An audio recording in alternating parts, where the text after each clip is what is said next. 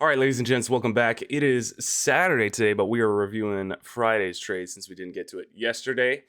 SPY going absolutely crazy once again, all-time highs, as if nothing is ever new. Market internals on the day, I think these are still current, even though this says the 28th. NASDAQ still pretty low dollar volume, under 200 billion. And I see the similar thing that we've been seeing. OTC is nice at 2.3 there. 3 trades for me on the day, 2 OTC tickers actually, which is good to see that I don't think OTCs are back in black by any means as of yet. They're certainly not just going berserk as we've seen them in the past, but good to see that there's at least some nice percentage moves being put in and some opportunity with volume to trade on those as well, which I took my hand in as well. Probably not the best or most planned out, well, precision defined trades, but I'm not chasing certainly at that point too. First trade on the day for me though was CEMI. This is a former runner that I remembered from, pulled up the chart from the 21st of July. You can see this is too long. Former runner here, different little one and done spikes here in a little bit of a downtrend for the sketchy company that it is. Had this crazy day here on 21st of July, like I said. Intraday looked with even pre-market huge percentage move to the upside. This is over 100% move here from 2 just under 5. Curled back a little bit on this day. Had some little hesitations or hovering around VWAP, and then you get a nice double bottom during market hours to a huge green trend the whole rest of the morning session. So carrying from that thought, I fell into the trap a little bit of just trying to trade today similar to exactly what it did today. It really shouldn't have warranted that, because this was a huge, totally different percentage move to the upside, totally different volume coming in on this day. But just trying to convince myself that, it's just the feel of the ticker and going along with, okay, it does like to follow at least some amount of technical levels, at least not hard to the T, but obviously it trends around there. Obviously, we get a big spike in the morning and get a little bit of pullback, at least until it finds some consolidation for a nice green uptrend. So I knew I wanted to be in the upside primarily, but I also carried in the back of my head, okay, maybe there's a little bit of sell-off after you find the peak at that point too. I didn't carry that plan out to the most effectiveness, I would say, because you see I'm getting short here already after the pullback. With this entry, I was not even expecting it to crack $3 whole level. I just got a terrible kind of chasey fill off of this peak, thinking, the risk reward potential on this trade was just not there. And I was forced to learn that lesson the hard way, covering at high of day immediately after my entry at that point, where it did pull back a little bit and double top, where it looked like a better short position here, a better short trade at this point, putting in another 5 red candles after it topped there. But this trade in itself was just not the trade that I should have been in. Even though knew I was going to be long anyway at the end, and this whole trade was just a scalpy move to begin with. It's not who I want to be, and that's not what I should be doing on this one. If I should be doing, I should be trying to pick tops on that one. I would have been far more comfortable looking back in hindsight, saying if I was trying to pick tops, whether at this peak here or this peak here, and then having to scalp maybe as it's curling back to one of these points, or if I'm shorting at this point and then now it's curling back up with a little bit of strength, covering just like literal few cents below my entry point. I can feel more comfortable with that, because going into it, I knew it was just going to be a scalpy trade anyway as a short on this first little pullback. But this was just bad entry from the get-go to start the day, which was unfortunate. But didn't distract me from what I knew was going to be my long position trade on the day. We failed to crack or fully submerge under VWAP. It was coming in red with some nice, decent selling volume. Let's see these pull up a little better here when we view it that way. So we get some nice selling volume, but it fails to really just shove through VWAP. It comes under, we get 309, 308, but the bid is still supporting and it's just hovering. We get this nice amount of consolidation. I was able to get a fill at 309 on that failure to ever break, because now my assumption is, okay, now these shorts, similar to me, who are just looking for either a quick scalp or looking to play this for the fade, now they're going to have to sit through consolidation. Now they have to sit through another high of day test. And now we get another pullback from that high of day test that brings in a few more shorts at this point, which again fails to ever crack VWAP. All the while, I think this was a 500 share entry at this point of 309. All the while, longs are sitting pretty. that they are not scared out whatsoever. There's really no test of the emotions, and I just get to sit in for the free ride to the upside. So I was able to take off 200 shares at high of day, thinking, okay, this is pretty slow. What we're getting a little wicky here, and it's just price isn't moving quickly to that level, which was another factor that, in hindsight, I was able to understand and maybe should have applied a little bit quicker when I was intraday or intra trade, I should say. That as we get to specific technical levels, it's not just going to be the first attempt that just shoots up crazy and goes immediately far beyond where you're trying to get stopped out or trying to get a fill. There is a introduction to that price level to say, oh, hey, okay, we're at 325. Hey, how's it going, man? I'm gonna print you here. I'm gonna print you there. I don't know. Oh, hey, how you doing? You're shaking hands, and then you get a nice speed up, which was what exactly what this was. So I think I took another 100 shares off at this point, right around high day, as we were peaking. Kind of faded off, pulled back all the way down to VWAP, and here is where I set my arbitrary, not really arbitrary risk level, but I had the room to hold it more. And even with this exit too, I set the risk level at this little high of day resistance range here, support range, if you want to call it at that point, that my exit was as soon as the bid slipped away from 3.2, that's when I got my exit. And I was just like, okay, screw it. Get me out 3.2 or 3.19. Forget what I got for the last 200 shares. When carrying over from that same mentality, I should have understood, even though it did eventually end up just cracking a little bit harder, understanding that what I said earlier of this doesn't just immediately come to a level and then shoot through. There is an introductory phase where you do have a little bit of time, and it can get into a little bit of a fake out situation, similar to what we get here of these tops or these VWAP cracks that the VWAP holds, that it can fake you out. It can be a false break move or a false upside, both ways. And I should have been a little bit more lenient, especially with my last remaining 100 shares when there's a lot of profit already locked in on the table at this point. And with a little bit of low floater, it's a Friday. This thing could have gone absolutely insane. And that's what I was hoping for, what I was looking for, with a target of, man, I think we're going to get at least 3.5 today of what it could potentially do, especially compared to what it's done in the past. Of this thing could just go absolutely berserk. Because we've also seen some more low floaters running in these past few trading days. So just unfortunate exit at the point, and I most likely would have been stopped out anyway. I don't know if I would still be risking a $3 whole level, which would just been that is so niche to me, in a sense, to try and risk a $3 whole level that I don't want to be risking where everybody else is risking, because that's just so obvious. But obviously that was the hold here today to perfectly bounce off that point. Had a nice another little attempt here to break that high of day, but just failed and continued to sell off for the rest of the day. So in total on that one, that was a $45 loss on the short, but then $75 on the win. So coming out positive on the trade when I should have maybe just potentially been focusing on the long side of it, especially knowing that I had the chart from the past showing what more upside it had as compared to anything on the short side that it could have produced. I was just trying to do too much with it, especially at this point in my trading career. But that's all learning lessons to file in the database again. RGBP was another not the first, but OTCs that I've traded in a long time again. This was a super nice close from yesterday. This has been just an absolutely parabolic move to the upside. Now we're coming in on this, we're making this cupish pattern here, coming up on these, how long ago was this? This was April, 4 months ago. High of year here. So especially as it's coming up with strength, I was so surprised. First off, the gap up, just absolutely ludicrous how far beyond 10% gap up.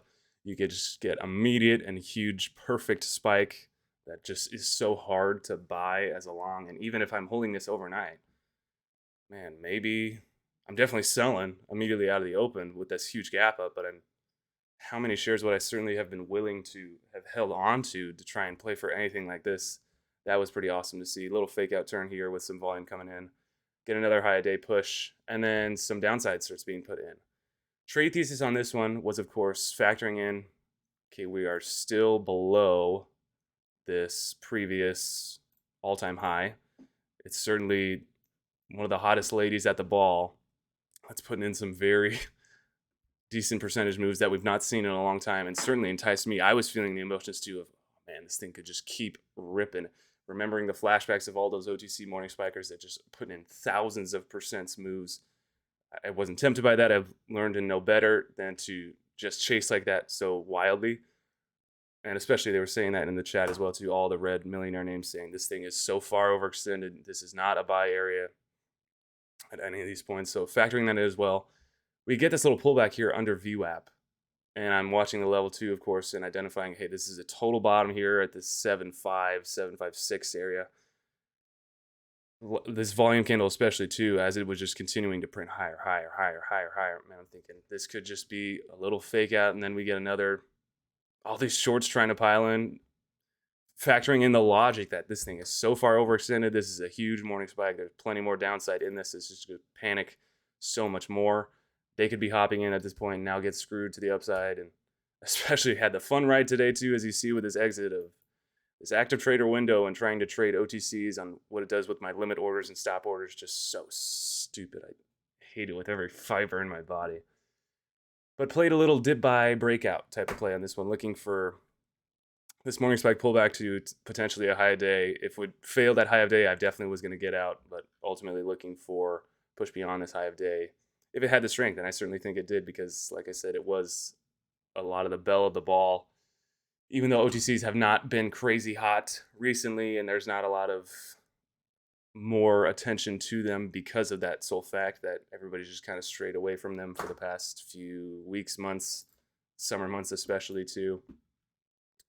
Thought it had the opportunity, and the risk reward was there, factoring in trying to take out the factor of getting screwed by what I get myself into every single time with this thinkorswim active trader window.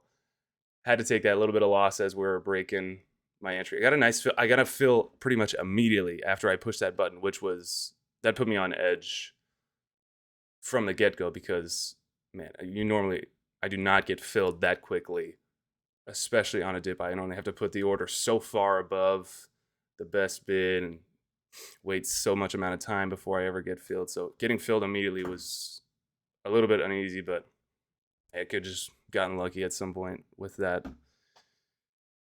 But so yeah, had to have that fun ride down, and somehow barely got filled at 7.24 or something, I think, at that point. Obviously had more downside, and then you get a nice, you get another volume confirmation here of the dip bottom. That's your 10% back to VWAP here for the day. But now this thing just died off a little bit more, put another bottom, had some more upside in the afternoon session, but I think we could be pretty toppy here. That could set up for a nice panic in the next over the weekend here in the next few trading days. So we'll certainly keep that one on watch, as well as LCLP, which was the other OTC trade. This is a second day play ish from this consolidation area, kind of wedgish pattern.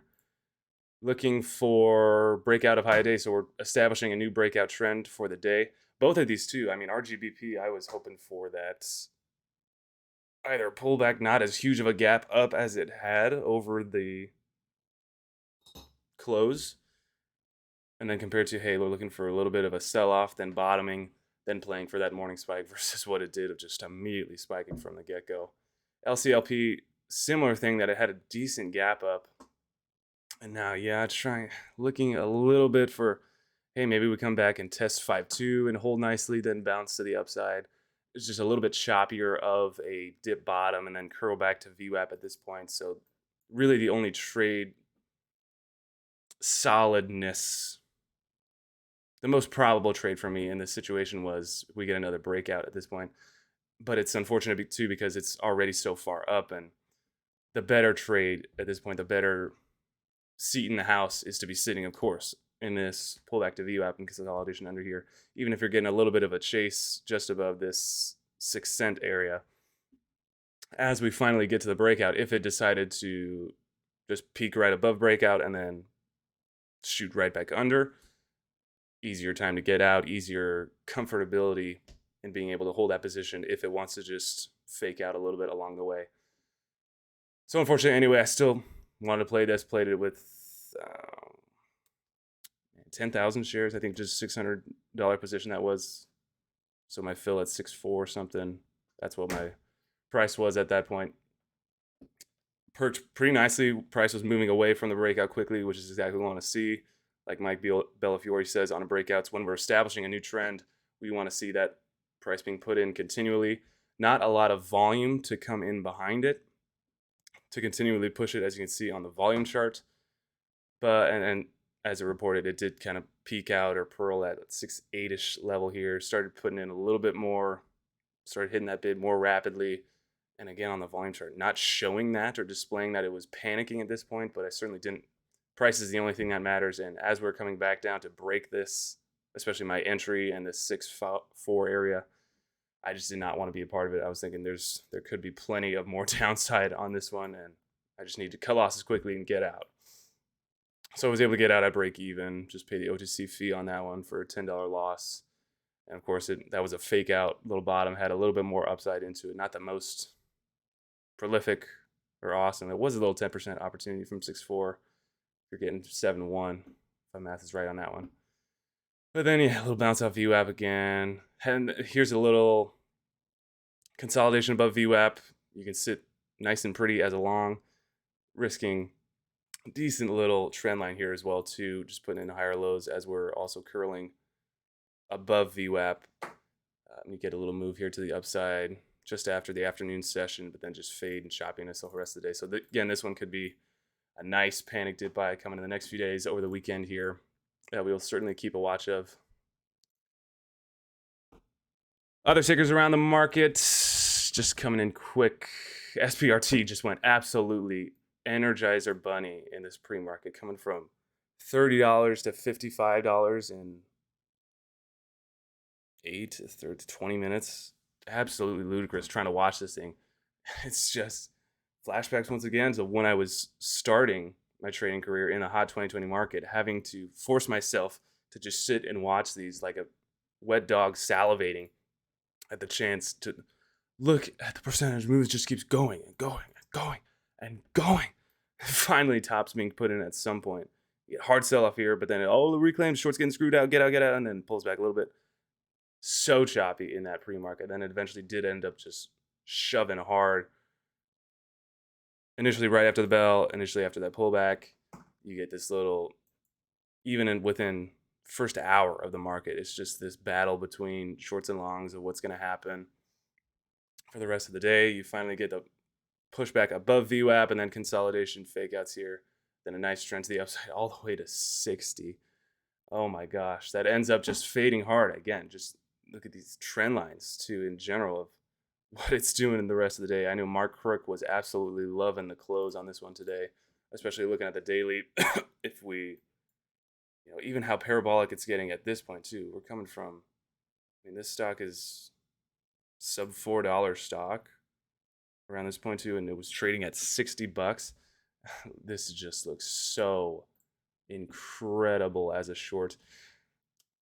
But also factoring into that it was a Friday, shorts would have to be holding this thing over the weekend, depending on whether or not you were getting short near the close or getting short around anywhere of this position, maybe risking VWAP or maybe risking a squeeze in the after hours. You're certainly sitting pretty comfortable at this point too. It'll be interesting to see where this thing wants to open or what it does pre-market come Monday. But that could be a potential short opportunity if there's shares even available anywhere. This is still an 8 million float speculator Wall Street bets play. Good to see that these types of tickers are coming back around at least a little bit. BBIG was another one that I just felt it in my bones that this could do something great. This is a former runner. These specific days, have these nice volume days all around. Coming into the pre-market, I saw it pop up on my scanner around this point. Kind of faked out under VWAP, pulled a little bit more, and it was an insane dollar volume, and I didn't really think anything of it. I thought I'll just keep it a watch. It's not gonna take my capital today, but I'll certainly watch it. And of course, you get these intraday little breakouts. You get confirmation of VWAP bounces. You get just continual trends being put in, higher lows, continual grinding. Not a specific, maybe a little double bottom action here that you could qualify as an entry point for more upside. But just a slow and gradual upside trend day today and continue even in these after hours here. Absolutely awesome to see that. It's not even ever going red. If you're getting an entry here anywhere close from market hours, man, you're sitting like a king. It's just continually going up and up and up and up. Just Energizer bunnies everywhere around these markets lately. It's good to see. And then GSMG, the last one, I just want to mention, comes from Thursday. I had the big percentage move day, and I got jostled around a little bit on that one. Carry this one on my watch list to try and look for a third day play. Maybe if it does something Monday, maybe it does nothing on this Friday, and just carries in some short squeezers, trying to look for the downside on this one when it's not really moving to the downside, since it really didn't have much of a sell off on that initial day. But of course, kind of happened a little bit today. You're just getting consolidation here midday, failure to ever really break view app, then it pushes a little bit higher, testing that high of day, and then you get that final crack. And this is where really all the volume was today, and decent percentage move to show for it on that one. So maybe coming off of my watch list, let's do this one. Yeah, maybe it does a little bit more. Who really knows what it could try to do, especially with how it closed on that Friday. But good example to see too, that if you're watching and you're seeing, man, it's holding higher, we're getting nice little pushes, some more volume coming in, that could be a good potential opportunity as well on these super sketchy Chinese companies. Well, that's all I had. A little $30 down day. More learning lessons to keep in the bag. Certainly needed this weekend of taking a step back and identifying who I am as a trader with all of this, understanding that these losses don't define me, keeping the big picture in perspective in all of this, maintaining the positivity while also maintaining the reality of where I'm at right now and what each and every trade is doing, understanding that, hey, I don't want to keep having losses, but these losses also aren't the end of me. Just refining. I also like this new, looking into the Trader Sync platform. That thing is so awesome. I think that's going to be pretty beneficial, and not only the time saving for me, I'm saving from not having to do this Excel sheet every month, which is unfortunate because I put a lot of hours into that thing, but also forcing me to say, hey, this, if it's not matching any pattern specifically, and then why are we trading it in the first place, and keeping me accountable to each and every time I click that button, which is another factor that I definitely have to maintain for myself every single time. Forcing myself to maintain those rules that I have established for myself that keep me honest in everything I do. I think it's just going to continue to propel me forward and higher and greater than even I could ever imagine at this point, and I'm so excited. And I thank you guys for watching. We will catch you guys on the next one.